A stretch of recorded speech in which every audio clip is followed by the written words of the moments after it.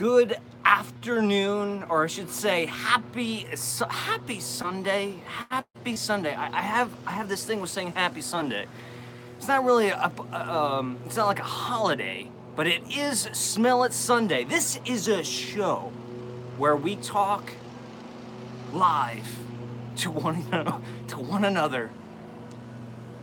The parameters of this live and what this show is still truly yet to be defined.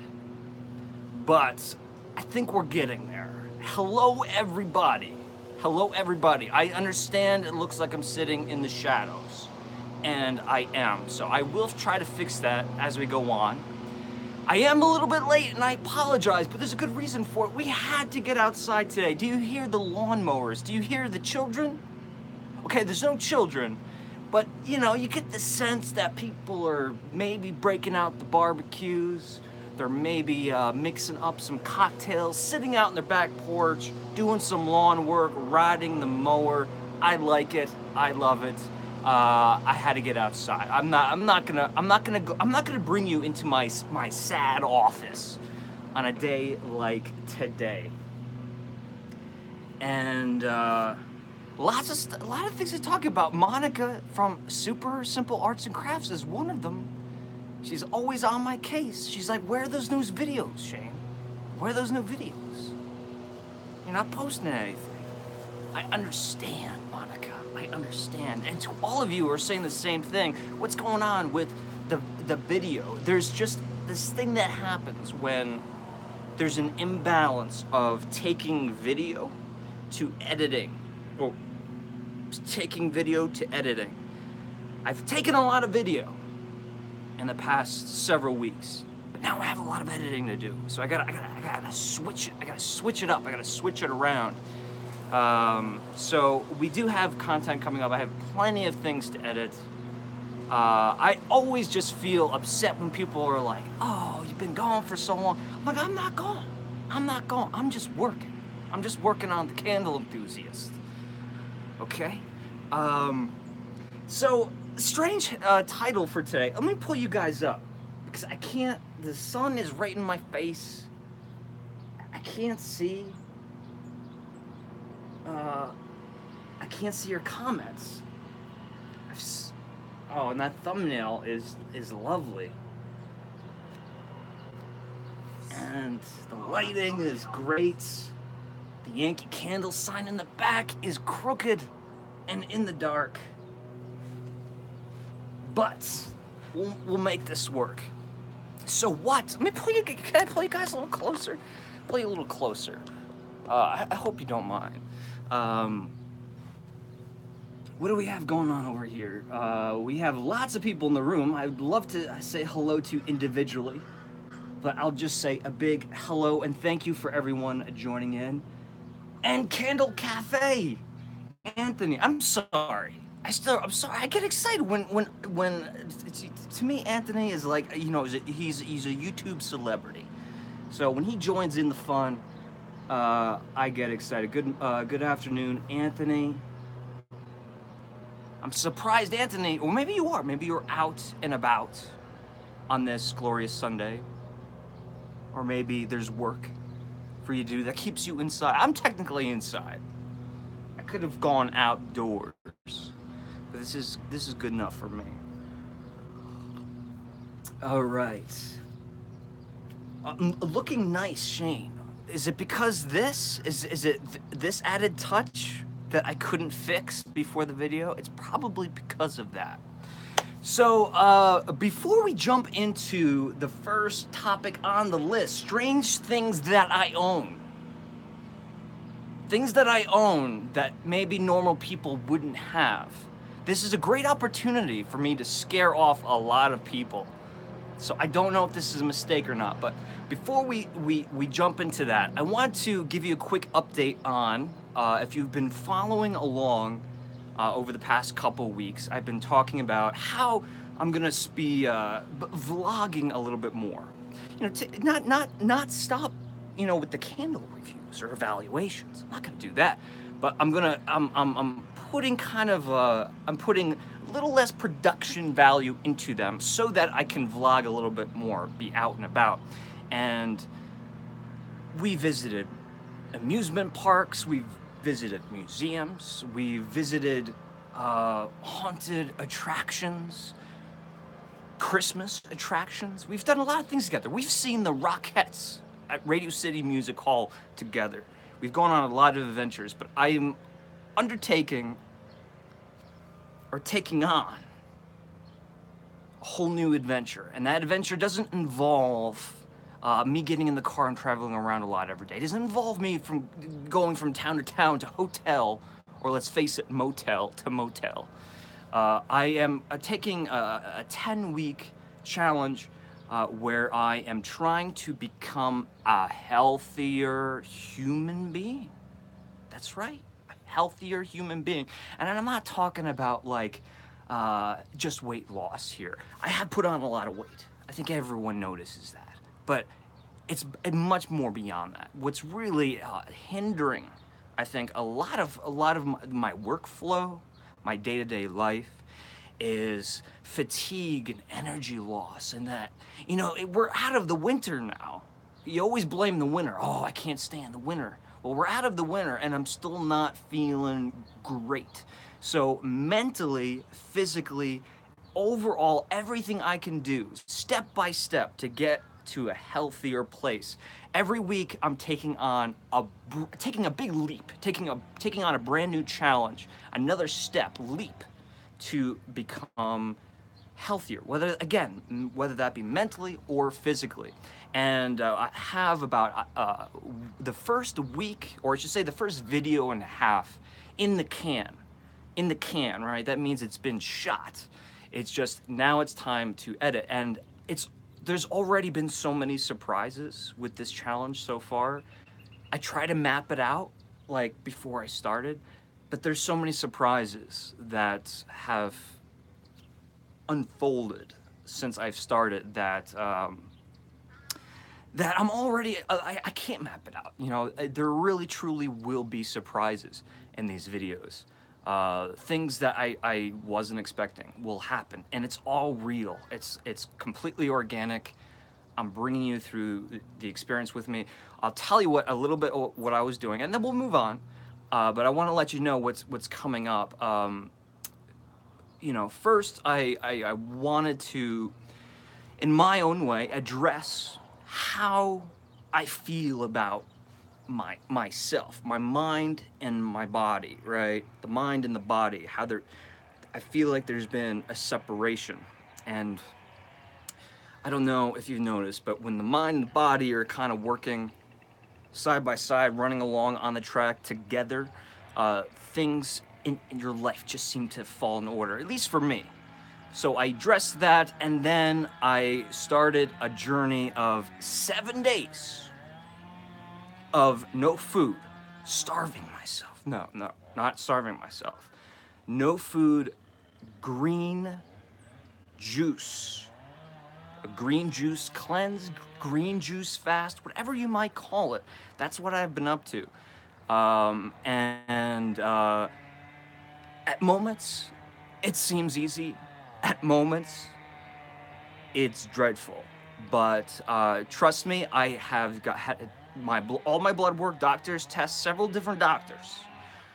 I asked for their recommendation whether or not I was in a state to do this. I took all the precautions, and I'm still seeing a doctor on a weekly basis to make sure that, you know, I'm not going off the edge. So I'm not encouraging people to do this green, I keep wanting to say smoothie, green juice cleanse, but I've never done it a full 7 days. I've never done it, and I really wanted to put it to the test and see what happens.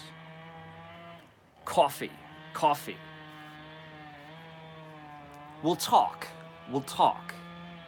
I went several days without coffee, but as you'll see in the video, things went awry. I kind of lost it. It's okay. I'm okay, but I kind of lost it. So that's that. That's going to be a whole new limited series. I get to say limited series. A limited series. I am going to put it on the main channel, the Candle Enthusiast, the main channel. Subscribe, and I will have it there. And hopefully it'll come out like week by week by week. But the way things are going, it looks like I'm already 2 episodes filmed. So we're gonna have like, I'm trying to space them out and try to keep them out on a regular basis. And we're gonna do a lot of fun things in those 10 weeks. I wish it was 10 days. 10 weeks.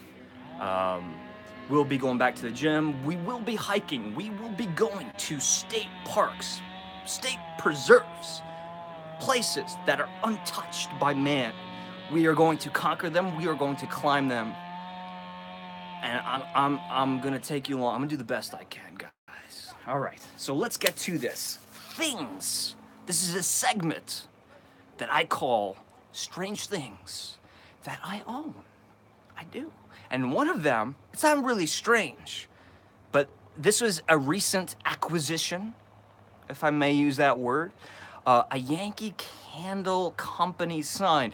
That is from the Yankee Candle Village, South Deerfield, Massachusetts, home of the Yankee Candle Village flagship store. It was made on site. It was displayed on site. A lot of you guys saw my live where I traveled to Connecticut to pick this thing up.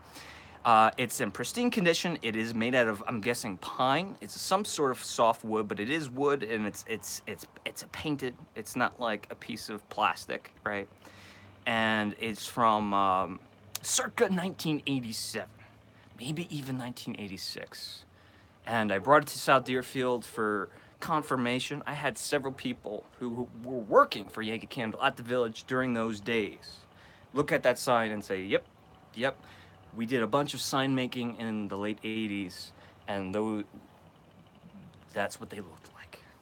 So there you go. So that's one thing that I own, Yankee Candle sign. And there was a 6-foot long one that someone was selling in New Jersey. And I'm like, the price was good, the price was right. But I was like, what on earth am I gonna do with the 6-foot Yankee Candle company sign? I'd let that one pass, even though it was a steal. It was a steal. I talked the guy down to like $80. Now, some people might think that's not a steal, but it is. It is. All right. So, I've told you in the past how I've done a lot of things in my life. I have worked with my brother, working on his feature films. My brother's out of control. He's making films to this day. We were making films when we were kids. He was making films when he was a teen, and he's actually making feature films now. He's killing it. So check out his channel. Always want to plug his channel, Eric Peter Karlsson. Go over there, check out his stuff, because he's working on and he's announcing some pretty cool information about his new project, and guessing by our audience and the similar things that we like outside of candles, I think you guys are going to enjoy his new project. So make sure you swing by. But I also not only worked in the film industry, I worked in the wine industry for a long time. But early on in college, people would say to me, like, what did you do in college? I worked as a bar back for a little bit, make a little extra money. But the main way I made money through college, I never had a I couldn't have a 9 to 5, but in college, but I didn't even, what do you call it? When you work, but you don't get paid. Internships. I couldn't even do that. I was too focused on the films I was making in school. So I realized quickly that I needed to sell things in a manner, let's just say sell things on eBay. eBay started, and I was there back in the 90s.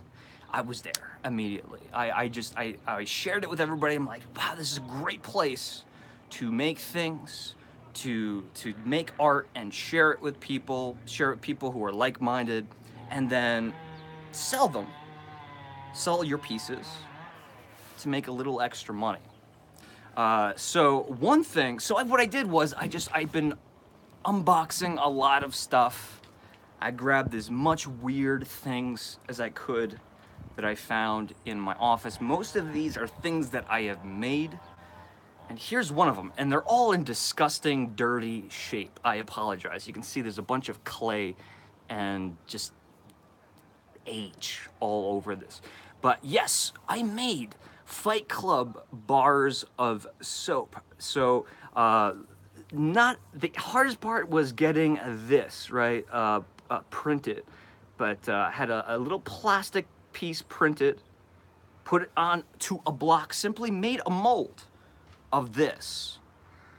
Now this is made in hard resin. This is sturdy, but I would sell, or I would actually pour in soap, make soap, wrap them individually, and sell them. And it was a huge hit. It was a huge hit. I made tons of money from bars of soap.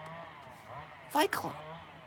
Yeah, right? Who doesn't want as a gift back in those days when Fight Club was everything? A Fight Club bar of soap that comes in the scents of lemon lavender and lemon ginger. Or oatmeal, whatever, something or other. They look cool, and I hand wrapped them. Also made them in plastic. So that's just a little something, I hope you guys want to see a segment like this, because this is what you're getting. Now, I didn't make this, but it was something that I picked up recently. Well, Christmas. I was in Barnes and Noble, and I was, what was I looking for? I was in the bargain section looking for like inexpensive like coloring books, because I wanted to clip out the drawings in them and use them for the subscription boxes, for the Candle Enthusiast subscription boxes. And while going through the bargain books, I saw a book. Oh, I saw a face that I admire very much. That's Tippi Hedren. Tippi, that's right, Tippi. She was, I guess, probably the most memorable, maybe other than Grace Kelly, one of Hitchcock's leading ladies, right? Tippi. She was in The Birds. She was in Marnie. The film that came out somewhat recently in the past several years on HBO. It's based on maybe this book. It's a memoir. It's her autobiography. But so I was like, okay, I want to buy this. It was rather inexpensive. I'm trying to think of, I think it was 75% off, would have made this roughly about like $6. But here's the thing I did not notice until I walked to pay for the book. Signed copy? I'm like, wait a minute. Wait a minute. Now, I've met Tippi Hedren. Tippi, I was young. I was with my brother. We were at, don't make fun, we were at like a convention of classic horror films. It was a geeky convention for horror and science fiction films. But Tippi was there. She was signing autographs. So I have met her before, and I have her signature. But when you open this up, not to this page, but I'm guessing maybe this page right there. There it is, Tippi, and there's birds. There's birds. I got this for $6. $6. I think that was a steal. I think that was a find. Tippi. Doing my thing here, guys. Doing my thing. This I've shared with you before, but this was the main thing that I honestly sold when I was in college. Like college. Some of these things here were like late high school, early college, but this was a serious moneymaker for me. Everybody who lives in a dorm from my generation, or anyone who has their first apartment from my generation, whenever this happened, you needed one of these. This was the Friends frame that hung on Monica Geller's apartment, 2B, in New York City, in her studio apartment. This is as I'm very proud of this. This is an exact replica. Had the privilege of seeing the original prop. From Warner Brothers Studios. Had a chance to not measure it, but get a scale reference photo, and then get a really high definition photo. So every imperfection, nook and cranny in this sculpt, although it looks like it's made rather sloppy, this is what the original. And when I say original, the frame, there was a frame, they replicated it somewhere around the second season, because it was a ceramic piece, but when they knew it was going to be a permanent fixture of the show, they made it into plastic, so that if it did fall or it got stolen or broke, that they had a secondary one. And that's exactly what this is. This is made out of resin plastic. And I must have sold over 1,000 of these. Well over, had to be. I'd make about 20 at a time. The paint job, I was very happy. There was a lot of techniques I went through to get the right paint job. But why did I stop? Why? Because there was no stopping this. What happened was several parties would buy this frame, and this is what happened. They made a mold of it. They duplicated my duplication, and they started selling my frame on eBay, creating competition. I was competing with myself. So if you go on eBay, still to this day, there's several different sculpts, but if you see this one, it's clearly recognizable. In my opinion, it's the best and most accurate one there is. It was sculpted by me. You can still buy my sculpt, my original sculpture of the Friends frame. Double-sided tape, put it right over the peephole. Peephole. For a second there, peephole sounded, I don't know, like a dirty word. Yeah,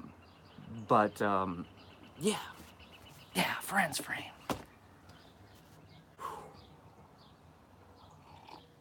We're keeping you guys entertained. We're losing people as we speak, but that's all right. This one's terrifying. If you really don't like me, this is gonna give you the perfect ammunition to just say this guy is insane. Desperate times call for desperate measures, and in college, you had to make money and you had to be creative. So after I saw the first showing of The Dark Knight, the Christopher Nolan, Christian Bale film, I had an idea. This was when, like, Franklin Mint, these doll companies were making, like, popular actresses, actors, and just celebrities. They were making them, releasing them in baby form, like baby dolls. Like Princess Diana as a baby, Elizabeth Taylor as a baby, Marilyn Monroe and Lucille Ball as a baby doll. So I'm like, all right, I have to do it. I made, and I've shared this with you before too, but it's terrifying. It's terrifying. This is, look at that. This is a baby Heath Ledger Joker doll. Would you take a look at that? And Aaron, thank you for that reminder from everyone. And Cookie Hill's here. We love Cookie Hill. I thought I saw a Cookie Hill heart comment, but he is close. Not that I'm like saying it's well done, but they were handmade, and the pants, the shirts, even has a little boutonniere or a little bow tie, and the hair is hand punched. Can you see that? And colored and styled by myself. And this was a hit. This was a hit. But guess who shut me down? They shut me down. Warner Brothers on eBay sent me a legal notice saying, stop. You can't do that. Batman is a copyrighted item licensed to Warner Brothers Studios. And I had to stop production. I was upset. But I made some good money off that. We have any Evil Dead fans out there? Evil Dead? Now, I'm not talking about the somewhat recent remake of Evil Dead. I'm talking about like the early 80s. Technically, it came out in 1982. The early 80s horror flick that really is inspiration to so many films that came after it. Very low budget film directed by Sam Raimi, starring Bruce Campbell. Now, kids, if you're watching, I might be a little creeped out of these things. So maybe if the kids are, if they're looking at the screen and they don't want to see like demons. Eric's saying the Evil Dead remake was actually excellent, which was a surprise. I enjoyed it.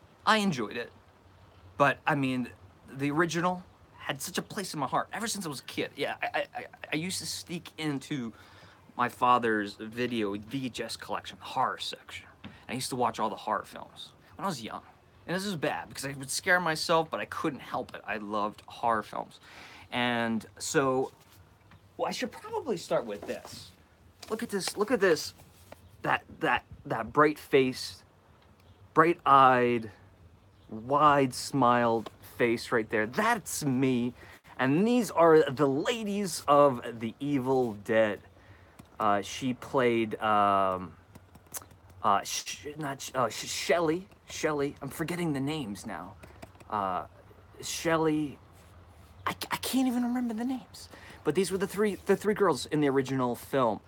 And when as a kid, this was high school. What did I bring to show them? I brought handmade replica dolls. This is the cellar dweller. Join us. Again, custom-made faces, heads, to the best of my abilities. As you can see, my clothing skills were a little bit rushed with this one. I'm usually pretty good at making, or at least sewing. But yeah, look at that. I used to sell these to adults. I was in high school. That gave me a reason to enjoy this. But adults would buy this stuff from me. So here was, this is not Shelley. What was her name? It's weird because I remember the actress's name. I can't remember the real name. And then Shelley, the girlfriend we had right here. Look, I mean, this is screen accurate clothing, people. It's all screen accurate. It's absolutely disgusting and terrifying. But there you go. And look at the hairdo. How perfect. It's getting close. It looks bad because the makeup was bad in the film. Not bad. I mean, it's classic. But, I mean, like, oh, man. It was fun. I never made Linda because she really wasn't that gory. So I couldn't, it's easier to make decrepit, disgusting looking things than it is to make pretty looking things.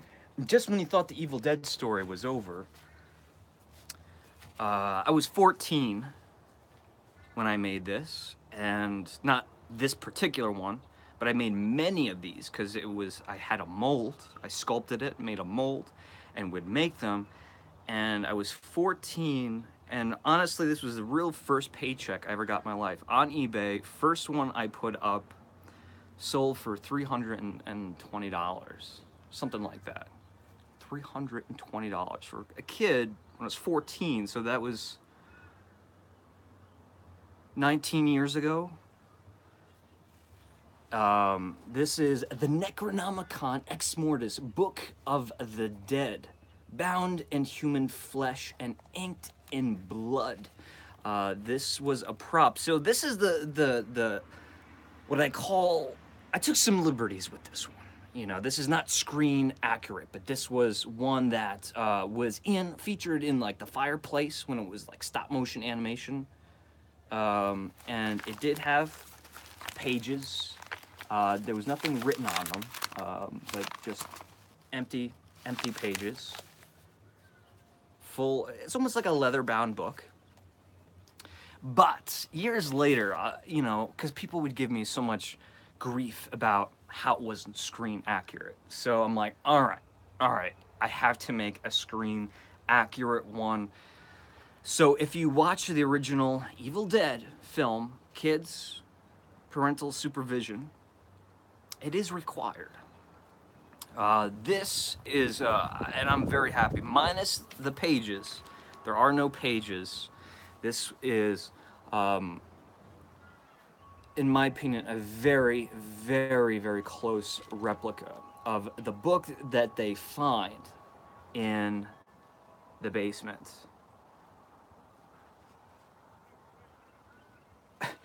I want to read this comment because I feel like it's true. Carol says, Shane, you definitely strike me as someone who would always be happiest working for yourself, where you can have free reign and creativity. That's right. That's right. Because I don't know. Maybe I'm selfish in that way, but I want self gratification after a day of hard work. I don't want, you know, it's just something about it. Like I wanna be making and doing my own things. Unfortunately, there's never a lot of money involved, but it did pay my way through college. Look at that, the full bound book here, down to the paint job, to the materials. Was very happy with this one. And guess what? The actual makeup artist for the original Evil Dead, Tom Sullivan, he shut me down. He shut me down on eBay, but we actually we became acquaintances after this. I actually went on to meet Tom Sullivan, and also he liked this one so much. He asked if he could purchase one. I said, I'll make you one and I'll send it to you. So Tom Sullivan, creator of the original props and makeup effects for Evil Dead, has my replica. And what he did was he sent me the pages. He sent me high resolution copies of the pages from the book. And they are put away, stashed away, but one day I'll get around to actually putting them inside this thing right here. All right, Evil Dead on a Smell It Sunday. Tom Sullivan. He's a good guy. He signed my script. I have a Evil Dead script. It's not the original script, but it's signed by the whole cast and crew. Only person who I haven't had a chance to sign it is Sam Raimi, and it's probably the hardest one to get a hold of. So, but everybody else's signature is on that script,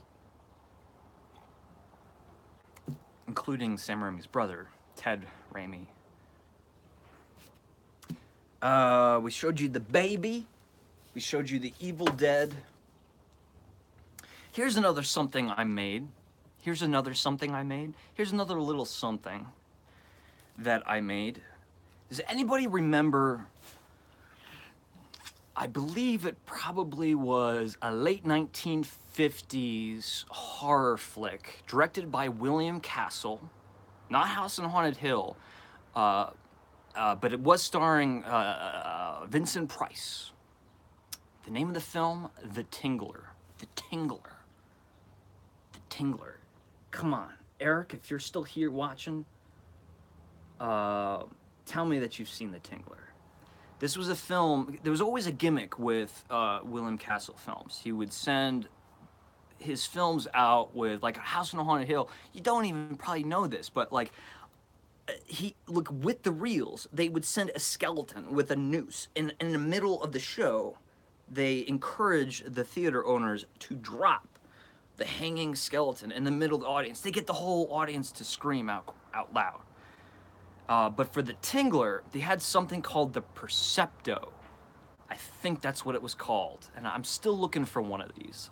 There's got to be one in existence somewhere, but it was a huge motor. I mean, it looked like this big, dangerous motor that would shake violently.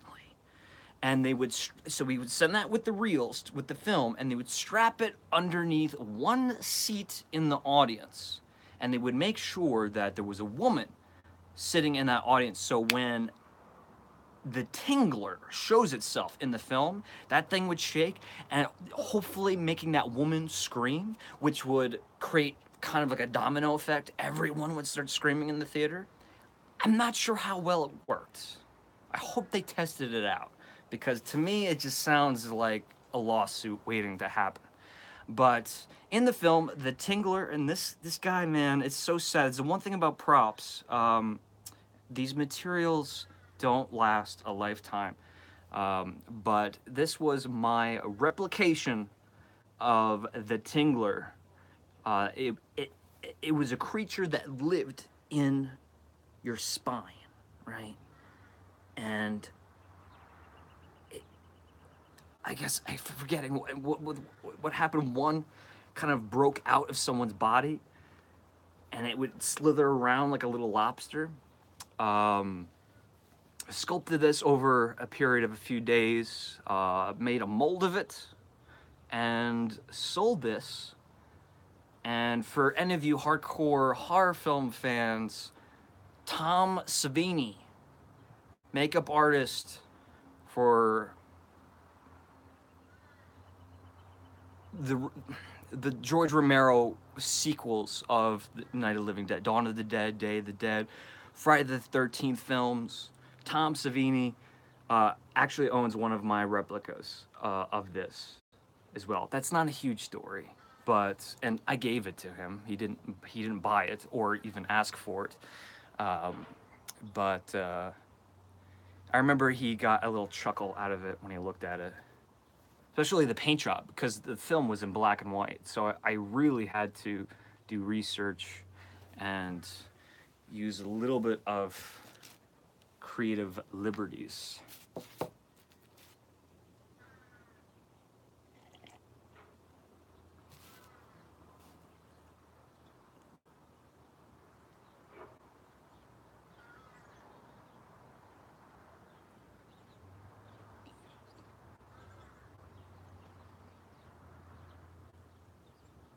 I'm just reading some of your comments here, guys. I'm sorry to be silent for a second. Juniper Foxglove. Do you work with a resin for these? The book, the Tingler, was all monster latex. I guess that's an industry term. It's just a heavy-duty liquid latex. It's not a foam latex. It doesn't expand.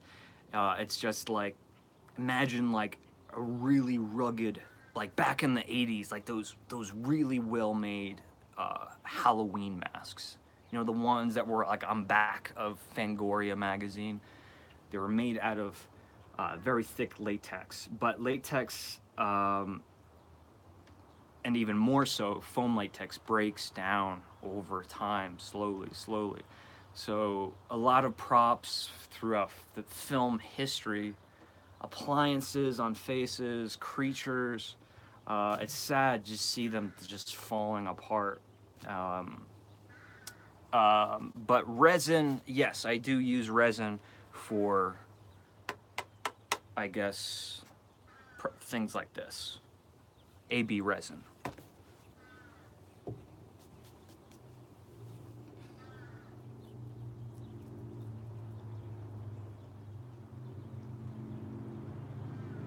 La la la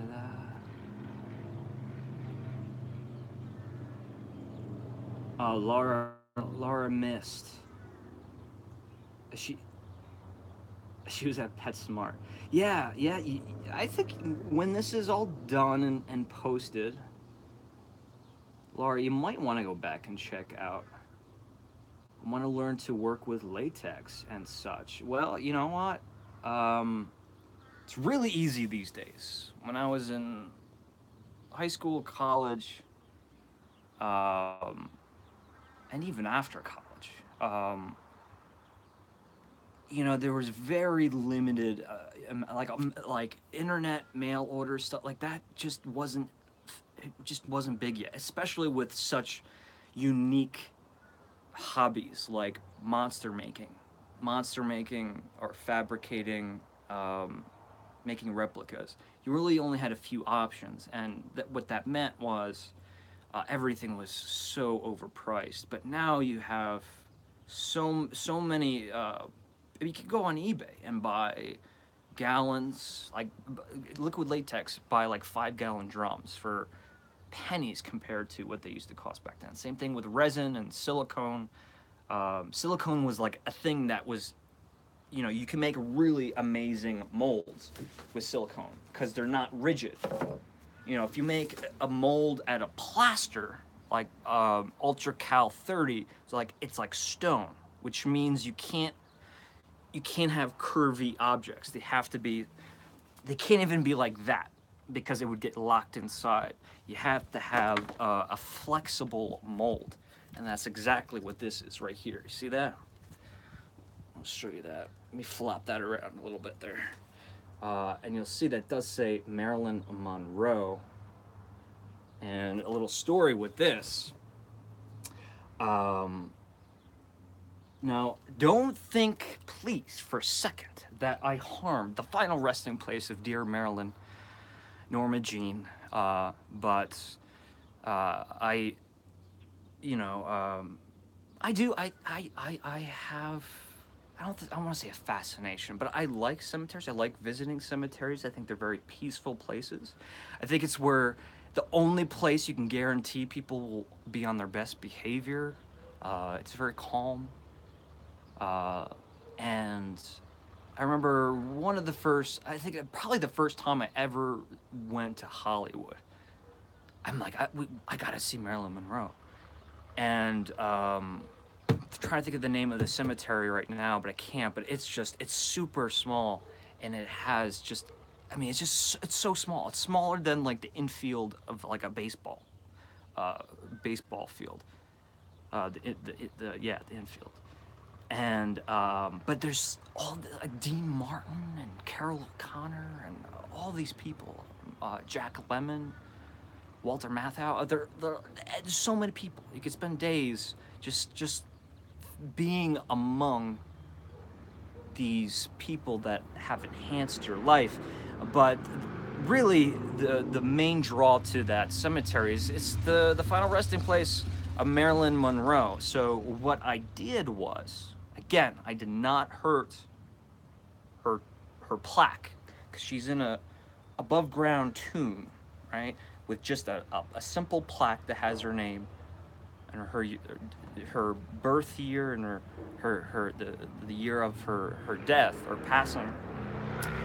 I took a big chunk of clay and I heated it up in the sun. I put it on the dashboard so it was really soft.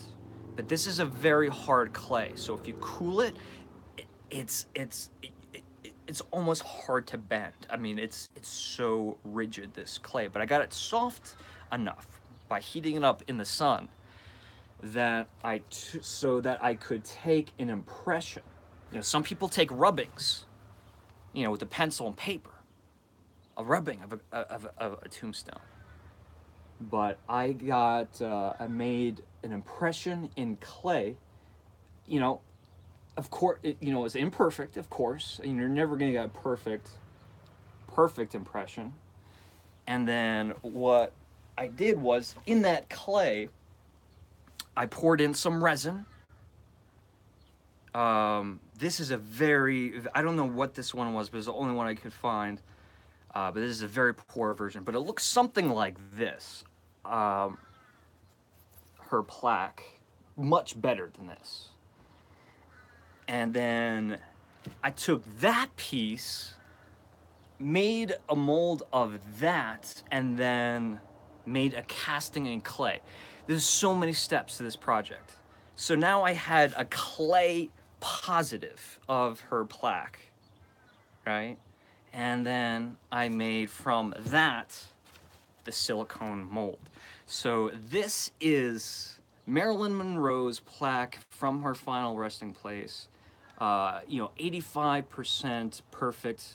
There's a little bit warping, but it captures every little single detail of the beautiful plaque. Just Google a picture of it, and you'll see how accurate this is. And yeah, so now I have a painted, shiny metallic brown, bronze-looking replication of Marilyn Monroe, or Marilyn Monroe. But I almost said Marilyn Manson. That's why I caught myself. Marilyn Monroe's plaque in my office, and I did sell these for a while, but it was kind of that's not why I did it. It was more of a personal thing. Some people take photographs. Some people do rubbings with a pencil. I made, I replicated her plaque. So that's strange and peculiar. I know. Yeah, I was thinking about, and Cookie, I'm glad you said that. Very neat. I too love cemeteries. Um, you know, when I'm driving, when I'm going from place to place for, like aromatic adventures or, it's amazing. Cause I always take back roads. I try to, unless I'm trying to make good time, I get on the back roads, I get off the highway. So this way I can drive through all the towns and really absorb the areas that I cross through. But there's so many cemeteries that I pass, new and old. And I was trying to think, like, I would love to go to these cemeteries, maybe document them and show if there's someone there who in their life there was a wonderful story, something that happened to them, or sharing something about that person, whether it be a celebrity or a person who is famous when they were living, but also looking at the beauty of these parks, the landscaping, and I can't have, if anyone's had a chance, my go-to is always a Sleepy Hollow Cemetery. It's amazing. You feel like you're walking through a forest, and sometimes there's no roads, sometimes there is roads, sometimes there's sidewalks, sometimes there's not, and it's quiet, and it's just beautiful. All these really old tombstones, some of them look like they're actually movie props. Um, Here's something very strange, and he slid down the pole. That doesn't, he's not, it sounds like he's a stripper. That's not what I meant. This was up here, right? This is just kind of a base that I use to sculpt. But about this time last year, I was thinking, you know what? I want to make a nemesis for Santa Claus. Santa Claus is usually in my videos. He's usually hiding somewhere. He comes with me on all my travels. So I was thinking about making like a villain for Santa to have, some adventures with. And so I was making, it's kind of like a Bat Boy kind of thing. And what was cool is he has, I think I lost it now, but he had a little clown nose that would go on top. And I was gonna have like a rope tied around his head. So he was this clown, but you took off the nose, you could actually take off the nose, and to reveal that, he's only just wearing a costume nose and that he's a Bat Boy. But you can see I never finished the sculpt. This was just loosely kind of just fleshed out. But hopefully, one of these days, I'll get around to finishing them up. Yeah, see, like that just plopped through his head. His head is supposed to be up here. A lot of work to be done. But I thought he was like a perfect mixture of being like comical, like, you know, the big teeth and, you know, the smile, but also kind of still creepy. Like, I wouldn't want that thing running around in the dark. Well, I don't think you'd want anything creature-like running around in the dark. But so that's, and I think we're getting to the end. We can talk about some Yankee Candle things. We have other candles here. I need to have a sip of water.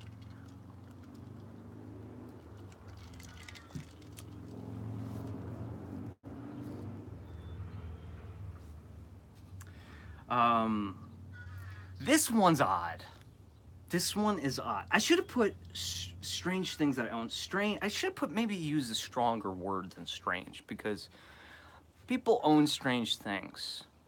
But what people don't own are things like this. A casting of Patrick Stewart's head. That's Patrick Stewart. That's life size. That shows you how big my head is.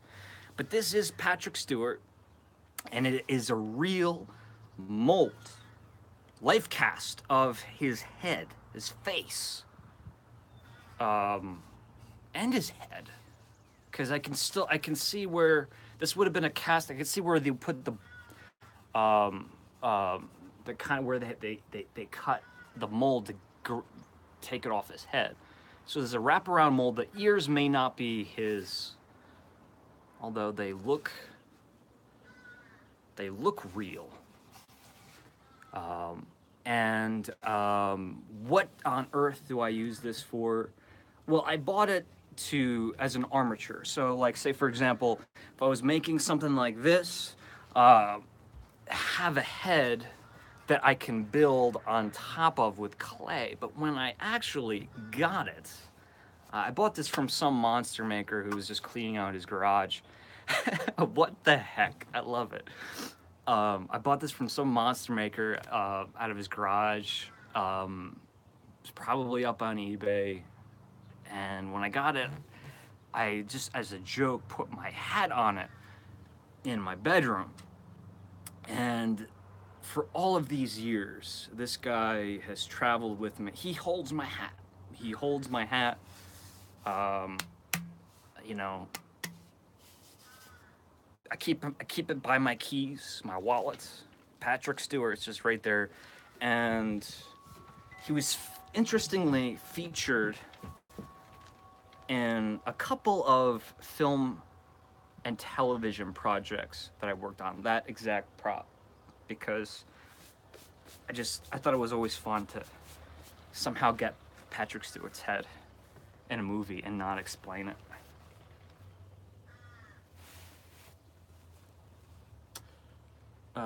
Creepy but cool. It's creepy.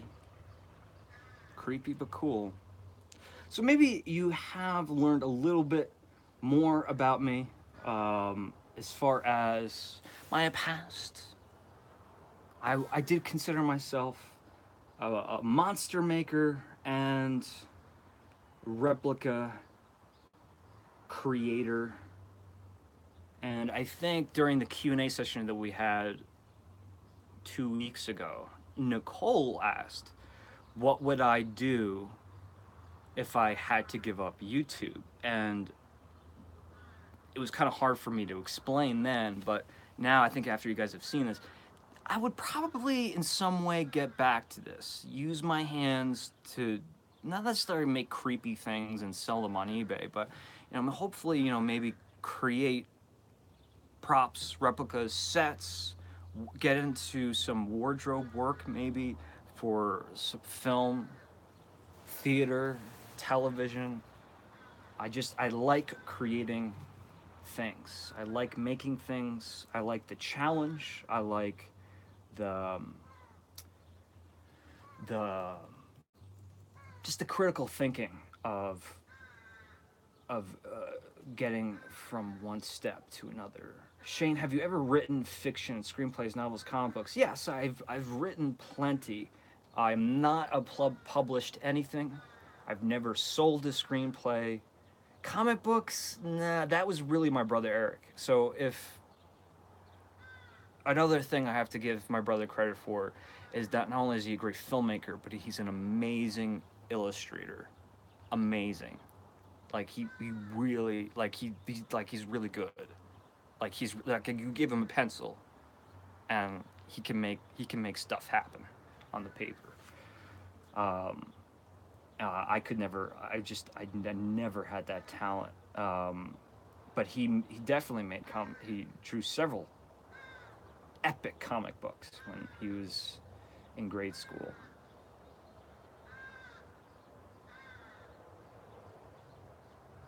Bringing something from 2D to 3D is also really rewarding. Yes, I agree. I agree to actually hold that object that you've only ever seen on a screen or a piece of paper is a really cool thing. If anyone is into prop making stuff like this, I highly recommend a YouTube channel. And trust me, they don't need a shout out. They have sure millions of followers, but it's called tested.com. Tested on YouTube. If you just type in tested channel, it is about tech. It is, a lot of tech news, a lot of monster making, things like that, cosplay. But the coolest thing is that Adam Savage from Mythbusters is now a part of this channel, has been for quite some time. And there'll be segments that are like 2 hours long where it's just him in his personal studio making stuff. He's like, okay, today I'm gonna make a replica of, you know, Conan the Barbarian's sword. I'm gonna make it the best I can right now. And he's a big cosplayer, so he makes replicas that are actually functionable, and then those that are phony too. Like, because cosplayers can't be bringing real swords into conventions.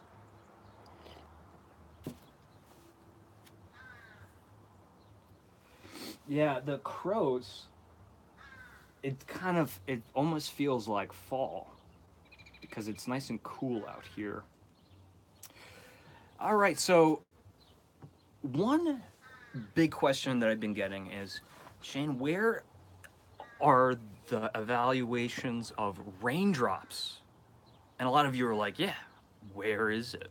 And then we're also waiting on, because I've had these for a while, Coconut Splash, um, Misty Mountains, and Warm Desert Wind. These are all UK candles for the summer. UK, European. Well, let's just say UK. There's some stipulations. There's some countries that won't get all of those. But it is now confirmed. If you take a look at my Instagram, which is candle.enthusiast, that is the handle for Instagram. Follow me. Follow me. It's a great way to keep up with what I'm doing. It answers a lot of questions. But if you take a look at one of my recent posts, I found a preview limited edition tumbler of Raindrops. Now, this candle is amazing in every way. The label, the aromatics, the kind of from a conceptual standpoint, it's such a romantic notion because everyone has this feeling, a mood when they think of freshly fallen rain, right? It can be romantic, things come to mind like, Singing in the Rain, Casablanca, film noir, rain-swept streets, two lovers running together after having a big argument and embracing in the middle of the streets. Rain's coming down in the night, or in the morning, the mist falling from the sky, or just the idea of seeing rain and having that idea of like thirst and refreshing and clean rain. There's a lot of emotions attached to rain if you think about it. Thunderstorms, anywhere where it rains. What I'm getting to is it's coming to the United States. It will be, I'm guessing, a part, I'm almost 90% sure. Let's just say 90. No, I'm pretty certain it'll be a part of the fall preview, which kind of coincides with the semi-annual sale for Yankee Candle. So I was expecting that to happen, but I really was, by now you'd think there'd be a leaked photo, but I actually found better. The limited edition tumblers, the same tumblers that the spring preview candles came in. So what that means that it'll come out early summer, and then probably mid-August, right mid-August before September. I think last year it was August 22nd when a few releases came out. That's when we'll see the full house warmer jar. Now it's going to be in the new US label, and the the UK label is so grand, and especially speaking of that, let's talk about this one, because I've yet to show you this one, Misty Mountains. Now, I've speculated in the past, I told you that the Raindrops was not made at South Deerfield. Every candle prior to like 1970, whoa, let me take that back. Every candle after 1983 made by Yankee Candle was made in South Deerfield, Massachusetts. That's where the village is. That's not where they make the candles, but that happens to be, it's kind of the same town. It's really Hadley, South Hadley, but that is where the factory is. Huge. I've shown you, I've taken you there. That is where every Yankee Candle has been made, even the ones for the UK and Europe, and they're shipped. But in recent times, Yankee Candle has built a European factory, or say a factory for the European countries.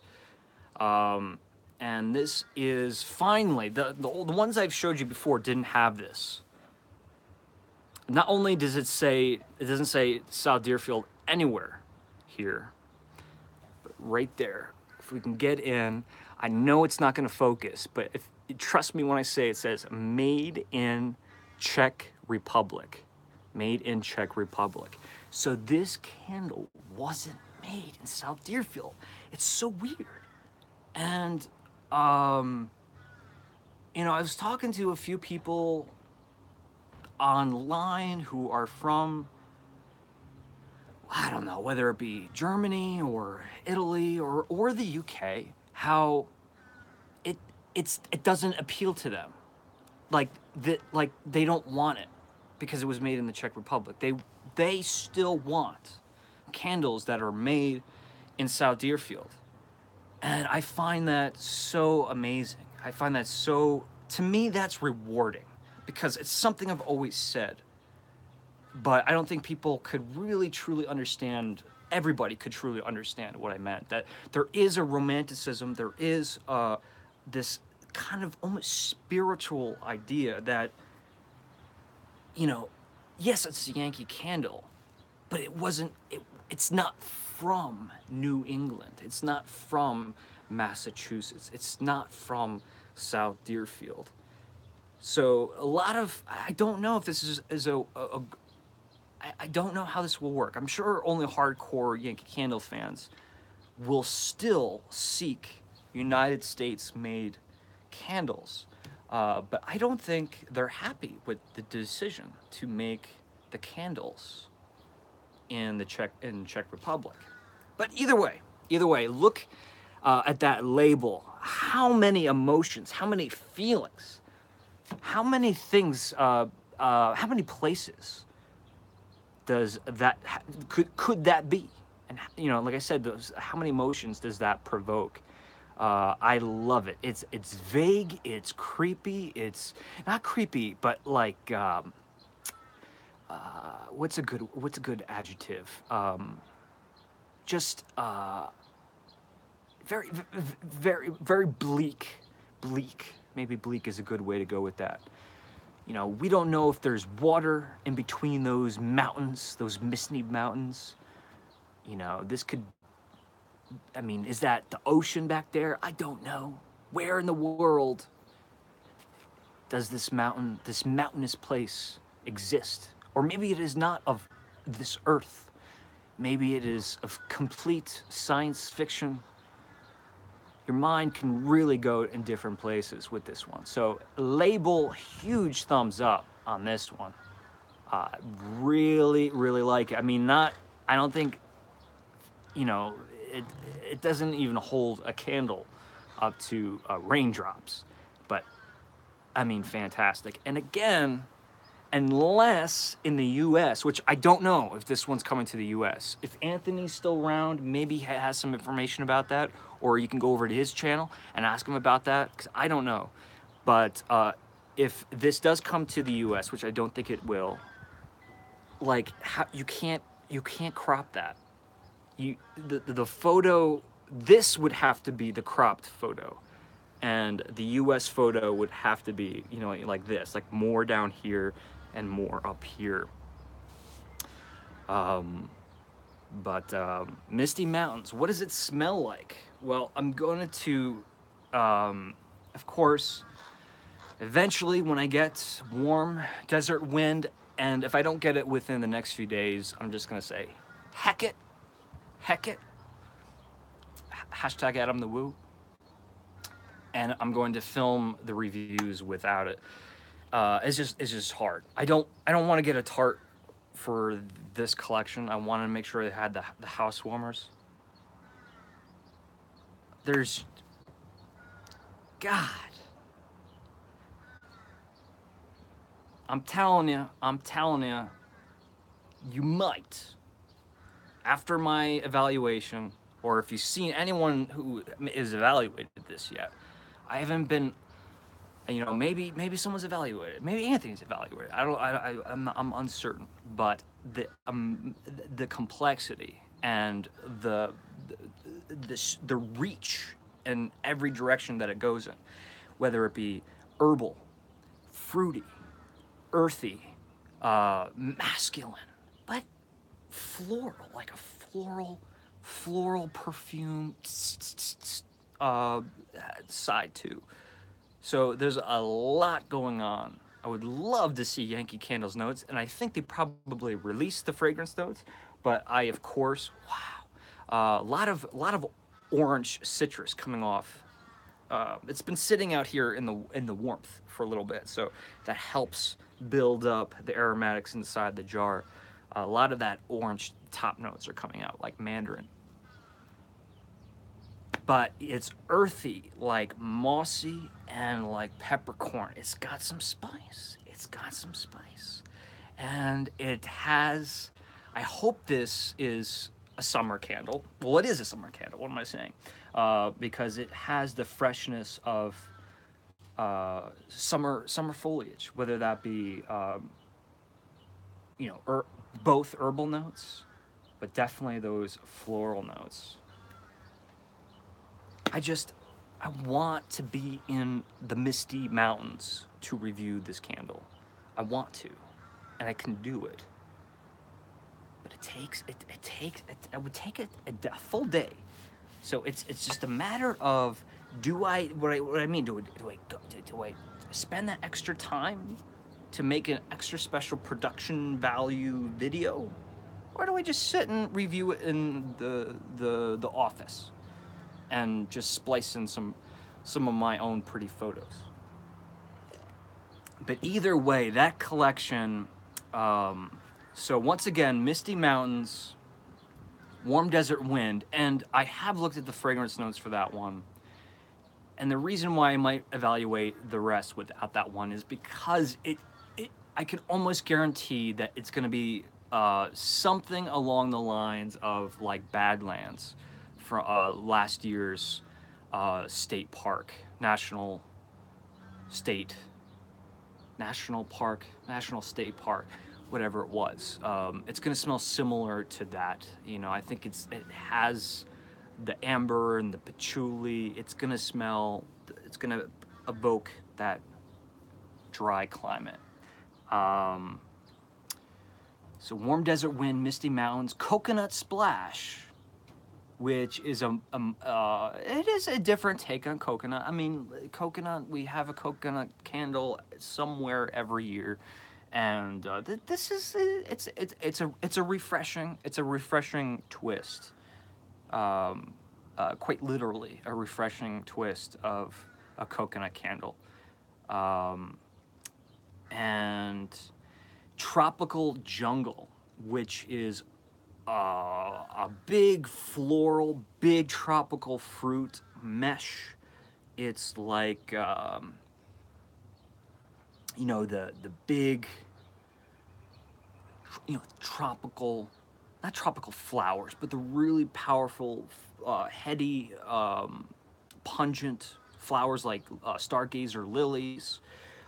Big, big smell of those hotter climate, warmer climate florals mixed with berries and kiwi and pineapple and so on and so forth. So you got to have that fruit one in there somewhere. But all in all, that collection, and Raindrops isn't a part of that collection. I originally thought that it was. Really, but if you do include Raindrops, those are 5. I think that is really well rounded out. So if you take a look at on my main channel, I posted a video last night, a new Yankee Candle archives video. If you scroll down all the way bottom to the description section, it'll show you all of, now they're subject to change. So don't, take it with a grain of salt, but there's a list of all of the 2018 candles that will be released. There will be more. It's not a full list. And you can kind of guess by the names what season is which. And Rachel's saying goodbye. Bye-bye, Rachel. Hope everything is going well. So check that out. There's a few things that I'm keeping secret for Halloween. But other than that, I've laid out the rest of the fragrances. And speaking of Yankee Candle archives, yesterday I posted a video on Plumeria. Plumeria had this candle brand new, and I've started this Yankee Candle archives. It's not new releases. It's not things that have just come out. The idea is, like, there are so many Yankee Candle artifacts out there, and we should be talking about them. Somebody should be talking about them, or somebody should be helping collect information, data about these candles, because otherwise they're just going to sit and rot on eBay and in people's basements, and they're just going to assume there's people who have these probably very old Yankee candles that are probably just throwing them in the trash. And maybe that's right, rightfully so, they should be doing that.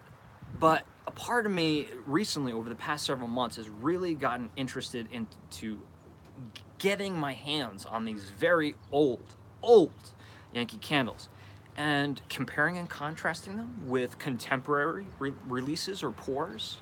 Or if it's an old retired fragrance, I have curiosities about that. Like if a scent retired in the late 90s, never to be seen again, I want to know. I want to know what that candle smells like. But also, there are very specific candles that have become favorites that people that I think are very credible sources, who reached out to me saying, "Oh, this candle is still out there, but it wasn't like it was back in the old days. Whether that to be the strength, the complexity, how things have changed." And such a good point. I bet people have Yankees in their basement they consider garbage that would sell for $100+ on eBay, says Anthony from Candle Cafe. Yes, because most of the candles that I am acquiring are those things. I have the Cannicans. I showed you when Yankee Candles came in a can, I got them from someone who was really like considering them garbage. and you know, was trying to make some money, like trying to like say like, oh, this is a collector's item, but they didn't know. Had no idea what year they were released, what era they came from. They were about 15 years off as far as when that candle they sold me was released, and I got it for a really good price. And so here's a candle that is gone, as far as I know. I mean, you guys tell me if I'm wrong in the comments. But vintage rose. We have a lot of rose candles. Lots of rose candles. Candles that have rose in the name, and candles that just blatantly smell like roses. But vintage rose, that's never something that's been in my collection. So obviously my curiosity is like cliff walk, fresh cut roses. I'm getting the names mixed up, and even this year we had sun-drenched apricot rose. How could this be different, or is it different? Was it a repackage? And being that it's old, I'm still uncertain. I'll be completely honest, still uncertain of how to truly decipher how old these are, if they're older than a certain amount of years. This is a big question. If someone can figure this out, someone can like call corporate and get like a straight answer from somebody, how to, if there is an indication, somehow to find out what year the candle is. But for me, this is somewhere between 1995 and 2005. That's when the black bands were on the jars. 2006, they released the black bands, or took them off. And in 2007, we have what we would consider the classic Yankee Candle label now. And then it changed again in 2016, or 15, 16, whatever it was. But vintage rose, take a close look up there. And let me tell you, Christmas rose is probably my favorite pure rose scent, but I prefer sun-drenched apricot rose as it is sweeter and more complex. Yes, I love that candle. I love that candle before I even had a chance to smell it. And look, I just cracked this. And if anyone's saying that Yankee candles have to be burned within 5 years, I need to have another reason other than that their smell goes away.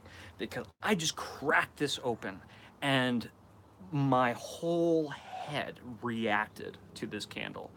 And what I mean by that, and you'll see it in an upcoming video of mine, where I talk about stargazer lilies, or just lilies, water lilies, whatever variety of lily, how, ooh, it just, I love this smell, but it just makes my face droop when I smell it. Very powerful stuff. I'm making leaps and bounds of being okay with the florals, but I'm already smelling. Wow. So there is some wick taint, because you know, maybe there was a lot of light it, put it out by doing this. Don't do that. Don't do that. Don't put your candle out by just doing that, please. Because then when you smell, you'll get just that smoky wick. So there is a little bit of that wick taint. I am smelling a lot of paraffin wax. So that is telling me that there is at least a good portion of the fragrance has been lost, or been expended or used. But if I put the wick and the paraffin to the side, a lot of fruity notes, and you're just gonna, I don't know, I'm coming to find that a lot of these florals, just like that plumeria, stone fruit is where my mind goes. And it's not because of the color, but imagine slicing open like a super ripe, take that back, like an underripe or a nectarine in half, and smelling not only the skin, the meat, but also the pit as well. You have that peachy stone fruit, nectarine, apricot. You might want to go there. Even plum. But really, really tart, bright, sour. I don't use sour. We're gonna go bright, bright, bright, bright. Meaning tart, perceived tartness of citrus. And it's all about lemon here. I mean, it is lemon juice and lemon zest. Lemon pledge or cocktail lemon zest, whatever it may be. If you've zested lemon before, you'll know that that lemon essence clean smell. There's a clean factor happening here. I don't mean to be doing a full review of this, but this is really the first time I've had a chance to sit down with this. And smell it. And there's some spice. It's very interesting. It comes and goes.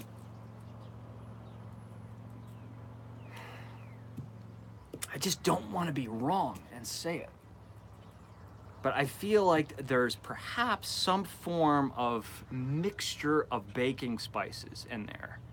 And that kind of makes sense to me because vintage rose, baking spices, you know, adds age or brings you indoors a little bit. You know, if you think of vintage rose, if you just said vintage rose, I'm thinking of, you know, like older antique furniture with, you know, the upholstery, the print of the fabric being like a creamy white with faded pink roses on them, you know, old furniture, antique furniture, and portraits, paintings of florals in a pot,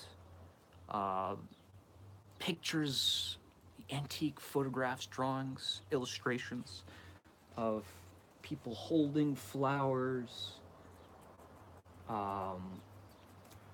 you know, whether that would be your grandmother's house, your great-grandmother's house, or your mother's house.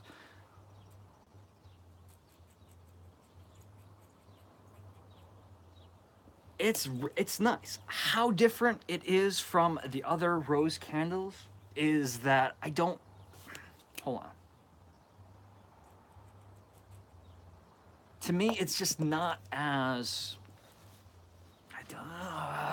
it's not as green. It's a little bit more lily and not as green as rose. Rose to me can be like peppery, you know, peppery, spicy.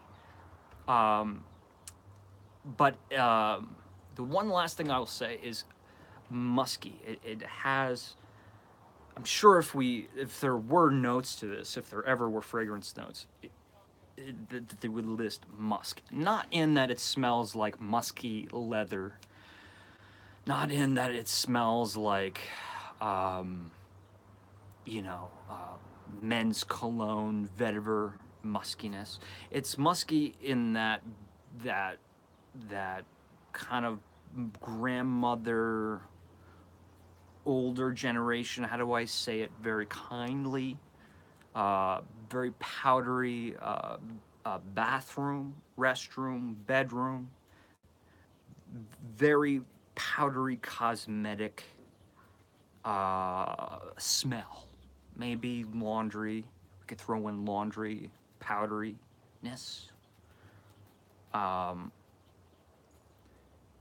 This isn't a youthful candle. That's the way I'm interpreting it. So it does for me, and I think for many, it would evoke the feelings of being in an older bed and breakfast, or staying with an older relative, or memories of staying at a relative's house. This is definitely not my grandmother's house. This is not my grandmother's house. My grandmother, no. Not a lot of aromatics other than kitchen aromatics in her house. But I think this will remind a lot of people of, if they have like fond memories of the grandmother, especially if they had a green thumb, spent a lot of time outside, maybe had growing flowers. In any case, I will have my full review.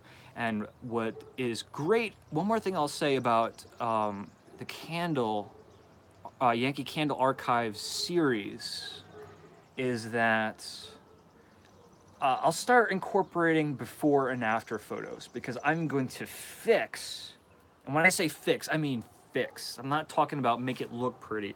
I'm going to fix all of these tunneled candles. Most of these that I purchase are in poor condition.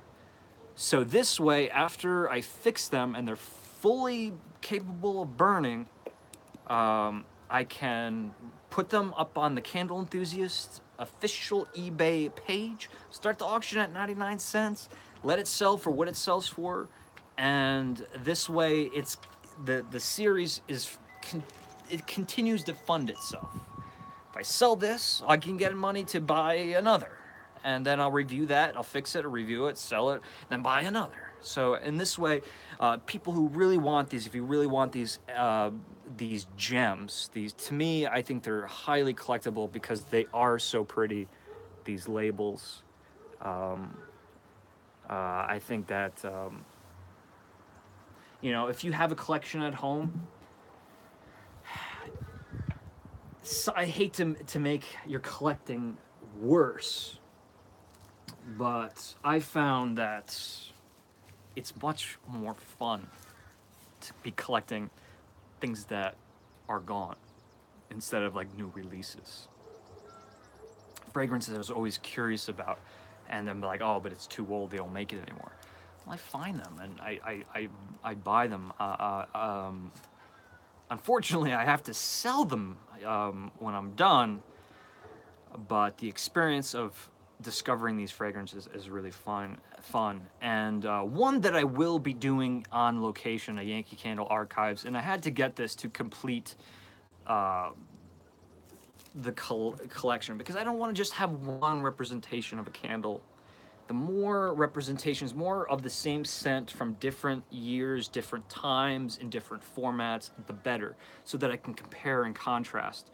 But I want to do this one. It has to be done on location, and that scent is going to be Fireside. Now, Fireside had a pour in 2017, so you will be able to find it in TJ Maxx, Home Goods, Marshalls. They're easy to find right now. Even in the outlets, they're easy to find. But I've never heard so many people talk about how this scent is not the same as it was when it was initially released. So this candle was released probably in 1996, 1997. I'm trying to get a confirmation of that. So I have the original release. I have a house warmer jar in its original, like the original release, first time it ever came out. There's a sticker on it says only a limited time only, like it'll be available. Which is funny because it never went away. Well, it did go away, but it keeps popping up again. But I also have this, my best estimation is like a 2007 Pillars. That's right, Yankee Candle made Pillars. For God's sakes, why would they stop making these? Because this one, I got two of them. One of them has like it's got a little rip in there. It smells like Fireside, and it's not a subtle smell. This is highly fragrant, and I don't know. It's just a very interesting. I find that it's like there's a way they could bring these candles back, unless they're worried about lawsuits or something like that. I hope that Yankee Candle brings back the Pillars. You would have to take the label off, which would bother me. But either way, so I have a 2017 pour of Fireside. I have a 1997-ish, the original pour, and I have these in between and in a different, I guess, format because these are, pillar candles. They're not like the wax. There's a higher ratio to paraffin to fragrance oil because they don't have glass. All right, and how are we doing on time? We're at an hour and a half. Let me look at what you guys are saying. A lot of people are saying a goodbye. Different show today. Different show. We had a bunch of non-candle related things, and then a bunch of just random Yankee Candle stuff. And it looks like Laura is taking off for the day. Laura, have a great day. And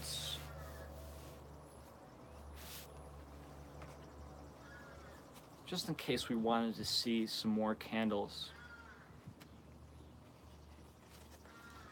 is there a place I can open this? You have to. You have to have fun every so often, and this doesn't have a place to open it.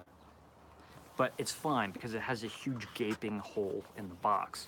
This is, you got the Pillsbury Doughboy, right? The Pillsbury Doughboy, it says fresh blueberry pie scented candle. That blueberry video, still coming out. It's coming out.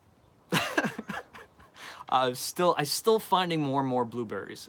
There's a lot of really, really rare, unique Yankee Candle blueberries that are probably just exclusive to the outlets, but I want to make sure that I get every single one before I do my full retrospective of Yankee Candle blueberry. Yes, Nicole has, I think she found, what did Nicole, you found like coffee cake in the Pillsbury? I mean, these are fun, right? Like, I bought this on eBay, but if it was, you can find these in grocery stores for like $2. You know, this is kind of something that I would bring out, like here, like outside on a summer day, spring day, summer night, spring night, whatever, and burn it outside. It'll just give you a very vague, set that ambiance of that home-cooked bakery. But since I'm sure it's not probably the most healthiest thing to burn, a lot of people would not. This would not appeal to a lot of people. So cook down blueberries, blueberry compote. So cook down reduced blueberry jam, brightened, again, you just have to brighten it with something that, citrus. It's in every candle, people. It's in every candle, but there's some bright, tart, sour component here, just making the blueberries pop. Because we all know that if we cook down blueberries, it's a very, very sweet experience when you smell that. And to add to the complexity here, you know, I feel like there's like fresh cut strawberries in the background that let this not only be sweet, but also a little bit tart to balance things out. They're, although I'm not detecting any baking spice, I am getting a dough crust, crispy, crunchy, flaky thing. There's some part of that, whether it be the butter, or maybe a vague honey graham cracker thing, but I'm not getting baking spices. I don't think. And I'm smelling a whole lot of the box, which is weird because it's giving it almost a wood smell, but it's just, I'm sure I'm just smelling the box. So this is like $2-3. Fun. I've never had a slice of fresh blueberry pie by Pillsbury. I don't know if do they make already made blueberry pie, or do you just buy the crust, the dough? Either way, if you are into blueberry fragrances, whether that be authentic blueberry or even artificial candy-esque blueberry, I think you might dig that candle. We have a Krispy Kreme donuts, dulce de leche, so milk Milk, sweet of milk. Milk is the sweet of milk. How do you say it? How do you truly translate dulce de leche? Sweet, the sweetness of caramel, maybe caramel, milky caramel. I don't know. But we see on here that is a donut for sure. Go figure. With it looks like a little, looks like it's been infused. It looks like it's been injected is probably the better word, with some caramel goodness. I'm sure that's dulce. What's on my face? I got stuff on my face. Yes, you can also find these at grocery stores, and yes, they're very inexpensive. You can also find like Skittles and Starburst scented candles like this. Wow, and that's actually smells really good. I'm not making fun of the Pillsbury, but again, there's a huge gaping hole here. I mean, right off the bat, bam, autumn. I'm thinking Starbucks. I don't drink them. I'd love to, but the smell of walking into Starbucks in September, October, November, smelling the pumpkin spice lattes, the savory, dairy-rich, warm smell of those lattes, spiced lattes, and not just pumpkin spice, but any form of spice. Wow, man, it's real. I have to say, this is what I mean. I don't know if my wires are crossed, but I'm smelling this, and it's really pulling at my heart. It's bringing me, it's drawing me into Halloween, autumn season. Here I am sitting here on a beautiful spring day, and I'm yearning to carve up some pumpkins. I think this smells great. I mean, again, there's a lot of like warning, caution signs, danger. There's a lot of stuff there that makes me nervous. But if you are okay with that in your house, or like I said, you feel safe enough to bring this outdoors. I had dulce de leche tiramisu in Rome. What is not amazing about that sentence? That is crazy. I haven't been to Italy. I haven't been anywhere in Europe. I have yet to travel the Atlantic. Transatlantic person, I am not. But one of these days, and I'll take you with me. But I don't know.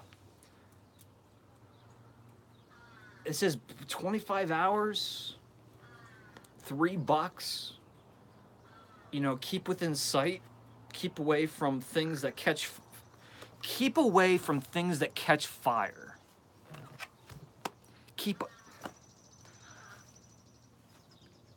I'm glad to see that I'm welcome in Europe. I would hate to not be. That would be embarrassing, especially spending all that money to like fly there and pack my bags. Be like, Shane, I get there and be like, Shane, out. But yes, I mean, so many places. Anywhere in the world, but especially several countries in Europe. Keep away from things that catch fire. Yeah. Keep out of reach of children and pets. Now, usually I would kind of laugh that sentence off. Like, okay, keep it out of reach of children, put it somewhere high where they can't get it.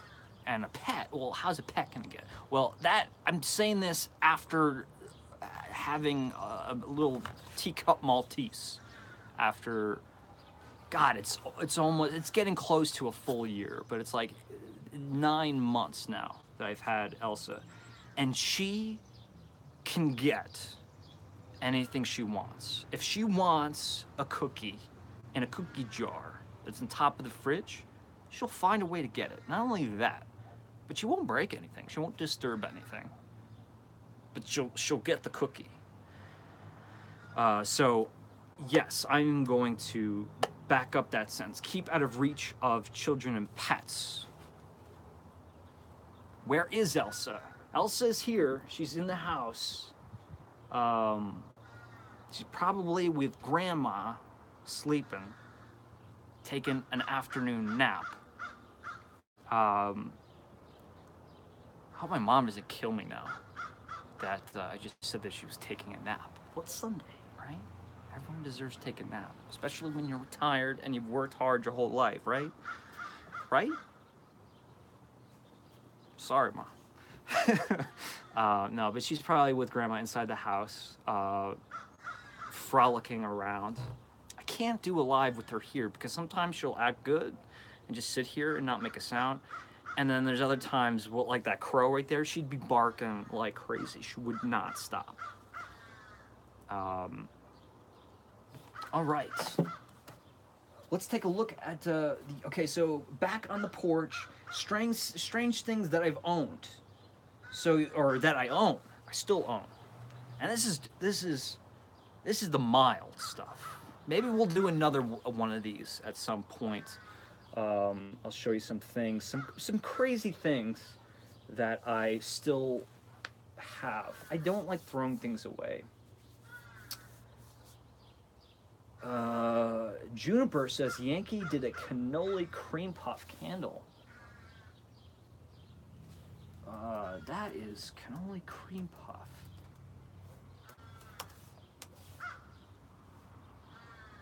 Yeah. Yep. So that would have been at least in a Home Classics jar. Yeah, you're right. I not that I was doubting, but I knew like Irish cream but yeah, in a Home Classics jar, which they do carry at South Deerfield. I'm seeing it in different formats here. I'm seeing it in a tumbler, I'm seeing it in a rocks glass, and I'm seeing it in a house warmer-ish jar, and a tart.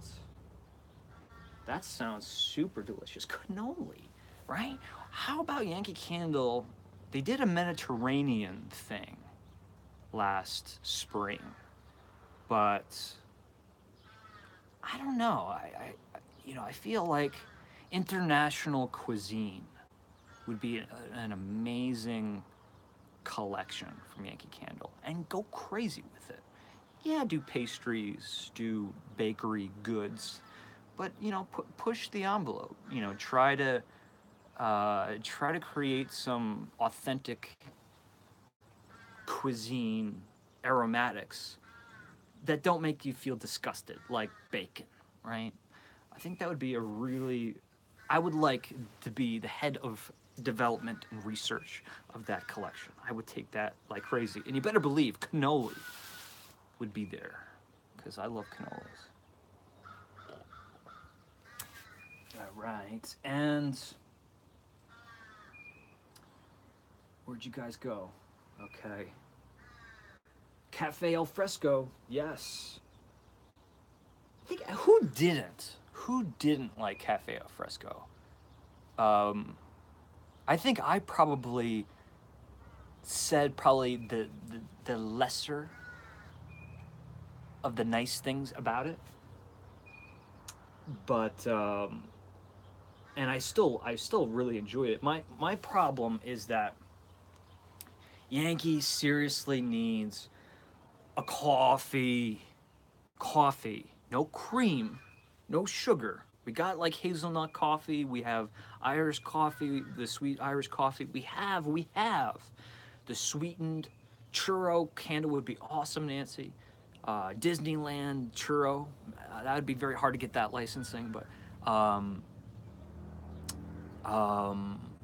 coffee, like a dark, not even dark. I mean, I forget about the like espresso bean thing, but just like a medium roasted coffee. That smell of, I know this is not the smell I'm talking about, but the feeling of, Folgers.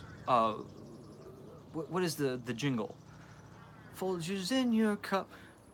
yeah, that smell of just waking up and there's coffee. Someone's made coffee, and you're like, God bless them. God bless them for making the coffee. Only you come to find, you come out in the kitchen in the morning and they drank it all, and they're like, oh, you wanted coffee too, Monica? Oh, I'm kidding. she'll kill me for saying that. Uh,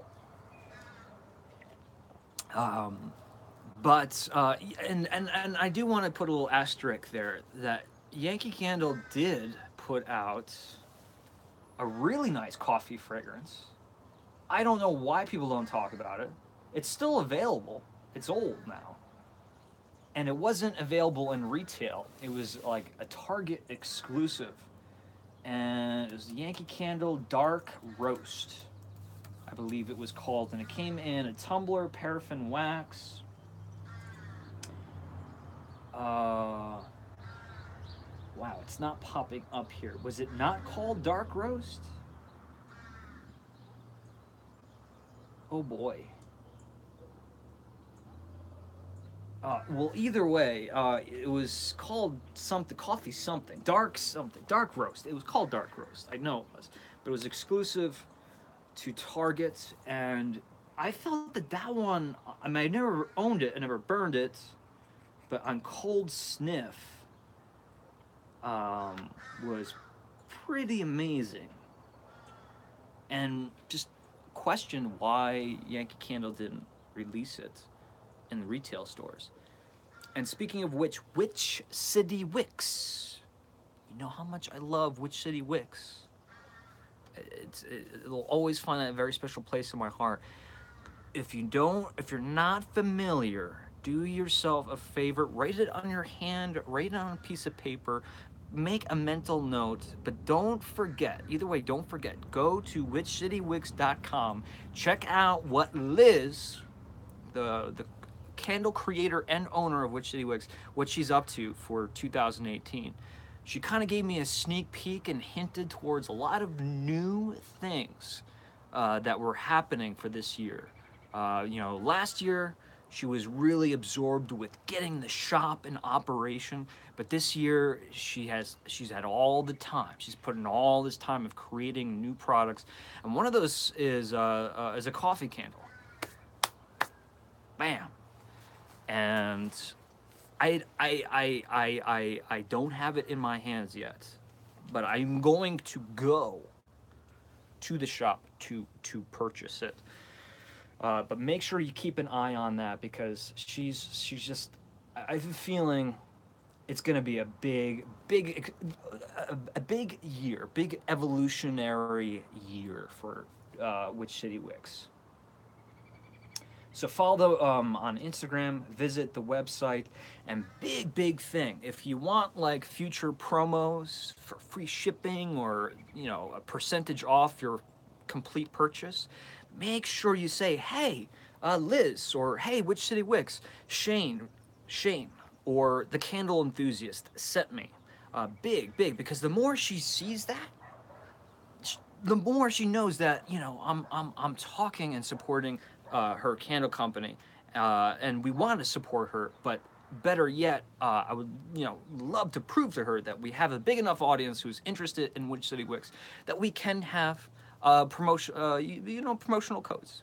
Liz and I have discussed a little bit about it. We have some ideas, but nothing's final yet. But hopefully, we'll have something pretty cool set up for this year, for the autumn season. Wouldn't it be great to have an exclusive candle, an exclusive Which City Wicks only for Candle Enthusiast viewers? Wow. I don't know. I don't think Liz is watching, but I'll see if I can. I see if I can convince her to do that. Swan Creek's Cafe au Lait is so authentic. That is one that I have not experienced. I will seek that one out.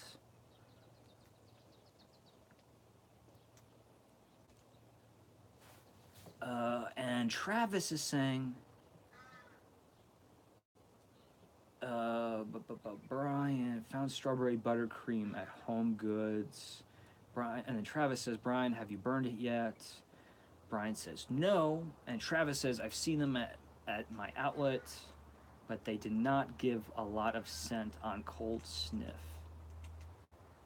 I love how you guys are talking candle talk and not using the word throw. I have nothing against the word. Use throw all you want. But you know how I feel about that word. Espresso bean? Is that what it's called? The Yankee Candle? And I saw Monica say something. Monica wants red velvet cupcake. I want a red velvet cup. Oh. That's an inside. It's not an inside joke. That's an inside situation. Monica Karlsson from Super Simple Arts and Crafts is talking about, she's getting personal. She's getting personal. You want some red velvet cupcake? How about, no, I won't do it. I won't do it. Monica and I have a relationship where we fight. We're very fighting. And I just saw Spireside. I gotta read this. Spireside Candle Company makes Disney scented wax melts, and they have one called Main Street Bakery. Yes, they do. And this is a blend of hazelnut coffee and sugar cookies. It's awesome. Yes, it is. Huge shout out to Spireside. Not that they need it. Formerly known as Anthology Candles. And if you guys have been following the past month, I keep saying we got a big Spireside show coming up. And I keep putting it off because I was supposed to go to Disneyland. I had every hope in the world that I was going to be in Disneyland right about now. And I was thinking about, I was going to take all those I have 10 Spireside candles, full-size candles. I was going to bring them one trip at a time. I can't like bring in a backpack of candles, but bring maybe one or two at a time into Disneyland. Go to a place that's relevant to that candle in Disneyland and review them there on the spot. Try to make it nice and concise, and maybe interview or talk to the character. Like there's Cinderella's pumpkin carriage. We have a Wonderland, multiple Wonderland and Neverland candles. We have Snow White candles. So if you are a huge fan of Disney, like myself, like Monica, like my brother Eric, Peter Karlsson, and like Anthony, because Anthony was, have I reviewed? I have reviewed a Spireside candle, but I think Anthony was first to ever introduce, I think, Spireside to the public, and he's gotten the wax melts, and he's done tons of them. I've only reviewed one, but I do have 9. And I'm going to re-review the one that I've already reviewed. So that's 10 Spireside candles. And they are just, they'll fill you with magical Disney delight. I have the Neverland one from Spireside. Yeah, and what's cool about the recent Spireside, like Beast Castle, and they just released a new Cinderella one, but they've been working with an artist, and I apologize, I can't remember his name, but I follow him on Instagram. He's this amazing, like pop art illustrator. He actually works for Disney, not exclusively, but he works for Disney. But there was a limited run of Spireside's candles where they had brand new labels, wraparound labels with this gentleman's artwork on it. And if ever there was an example of how artwork can enhance the experience of a candle, that is it. So if you go to Spireside, you'll see them. But it looks like this partnership has come to an end. Like I have all of them. I have the whole collection. It must have been a collection of 10 or 8 that they did together. But I hope Spireside continues to work with that artist. I haven't actually. I tried Goose Creek nearly 2 years ago, but now I haven't dabbled with them much since. Sugar cookies sounds great though. Yeah.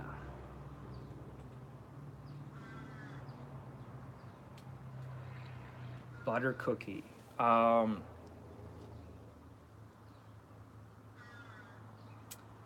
I was burning last week. The World's Journey collection. If anyone wasn't watching, one of my favorite Yankee candles, sweet candles, and it was a World's Journey collection candle. Is Danish butter cookie. Like this one seriously puts Christmas cookie, vanilla cupcake, all of even red velvet cake. It puts them all. It, what's a good word? This one is just I why I don't understand why, and it burned really good. I don't know why they've gone away. Why they just don't make a candle that was similar to that Danish butter cookie. It was the most buttery, salty, savory cookie goodness.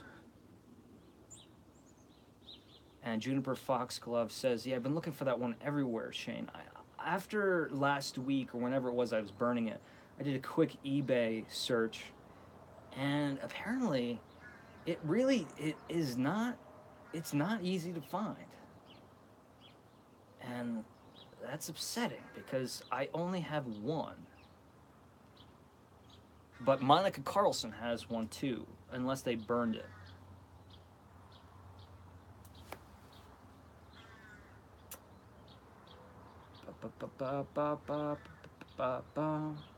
All right, so folks, any questions before we wrap things up for this Sunday? We're getting very close to that 2-hour mark, and I have to say it's been great getting back outside. I think just being among the sunlight, just that alone puts me in a better mood than being in the office. Um, there's a what do you call it? A groundhog. A groundhog, yeah. Like like Punxsutawney Phil. He's huge. He's right there. It's gone, says Monica. Yeah, I know Eric really loved that one. I think you both. I was with you both when you bought it, and then I was so jealous I had to go back and buy one for myself.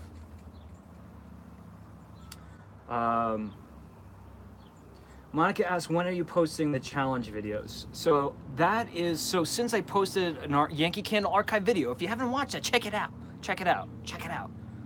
Check it out. Let's get some views on these videos because you gotta help me out. I haven't been posting a lot, so I need the views on the videos. But check it out. I think you really dig the concept of the Yankee Candle archives, and it's only gonna be bigger in scope from this point forward.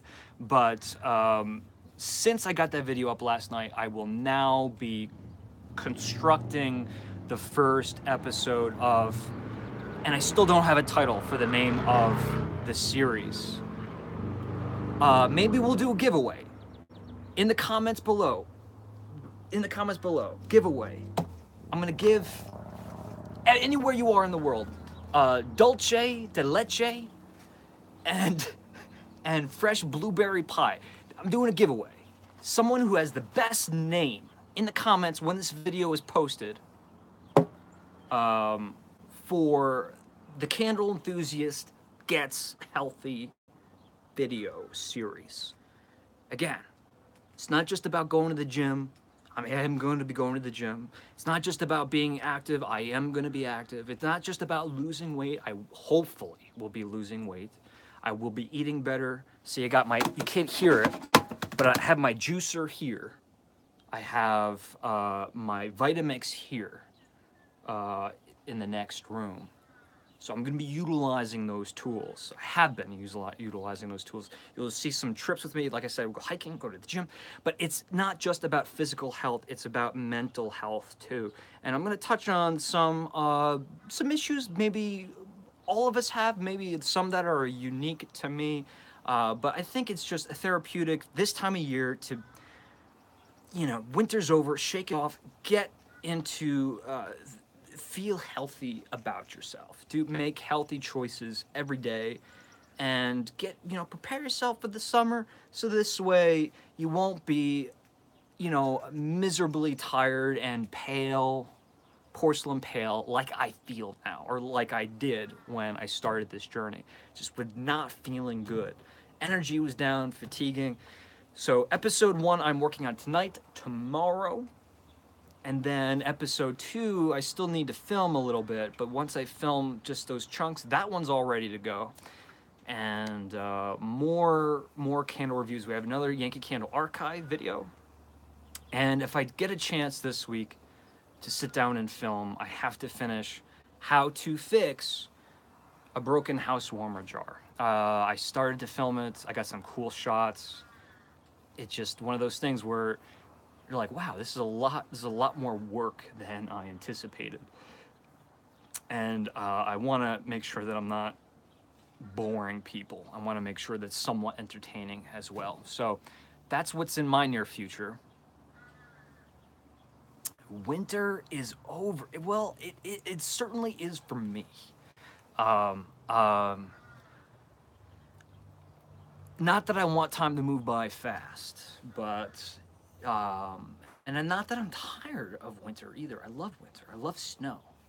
But I think now that the days are getting significantly longer, that vitamin D, the serotonin starts pumping, you feeling a little bit better. It's just great, like looking out the window at 7 o'clock and being like, wow, there's the sun, and it's 7:30. And before we know it, it'll be 9 o'clock, and still the sun is there. And that is my favorite part about this time of year, is the length of daylight hours. So thank you all so much for joining in today. Main channel, big. If you're not subscribed and you're lurking in the darkness, you're sitting, you're watching, but you're not typing, you're not speaking along. Make sure that make sure you comment and speak up, but make sure we're subscribed to that main channel, the Candle Enthusiast, and the secondary channel, Aromatically Speaking. This is kind of like our personal space where we can catch up with one another. And let's invite friends. Let's get people involved. And more so than ever, I'm finding that my older videos, if you look at the statistics, my older videos are starting to find a whole new life. Like, it's weird just to see a random old video that I did that's like trending. It's like, whoa, like I haven't been promoting this, but I think a lot of people, I would love a lot of people to see, not necessarily my candle evaluations, but my older adventure videos, like out on the road, whether it be the in-betweens or the in-depth videos where I visit the parks, the museums, the locations, the inns, the resorts. This summer, that's what I'm geared for. I'm ready for that all summer long, to just be traveling right after we're done with our 10 weeks of Candle Enthusiast Gets Healthy. So someone come up with a name for this series, and I'll send this wherever you are in the world. The winner. Maybe there won't be a winner. Maybe I'll come up with one that I enjoy.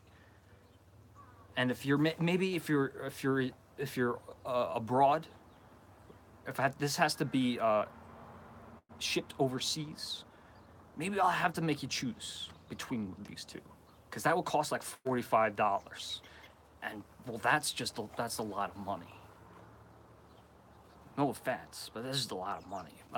So make sure you leave that in the comments below. Patreon, man, come on.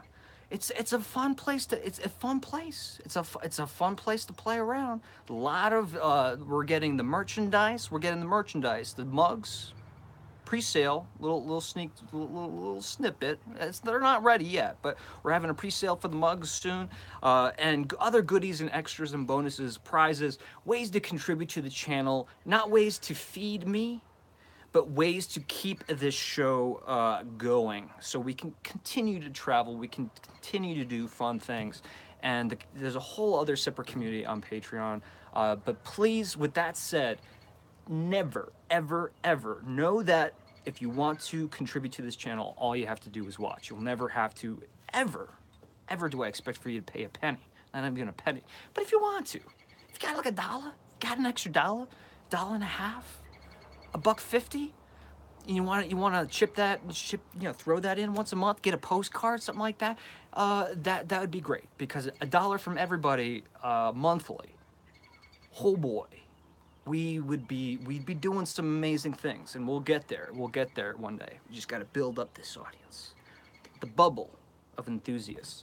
So I want to thank everybody for joining me, and I want to give an extra special thanks to Anthony again. It looks like he stuck around for a while. And once again, if for any reason you're not subscribed to Anthony, Candle Cafe, like he's more focused. He's talking about candles all the time, and he's giving you kind of heads up on a lot of things. He's informing you. He's somebody you really should trust when it comes to Yankee Candle history and news. He's got all the info. Full recommendation. So make sure you treat Anthony good, swing by, say hello, share the love. And I will be seeing you folks real soon. I gotta get to work. I gotta get to editing, and let me know what you felt about the weird things that I own. Was it a flop, or was it kind of weirdly interesting? Comments below. Thanks for watching. We're at 10,000 views now, so we can start doing fun things. YouTube will enable us to do a bunch of fun things that we weren't able to do on the second channel before. So excited for that. So thanks again for watching. I will be seeing you again soon. I'm really going this time. Bye-bye now. See, this is the uncomfortable part, because I gotta hit this button and then hit this button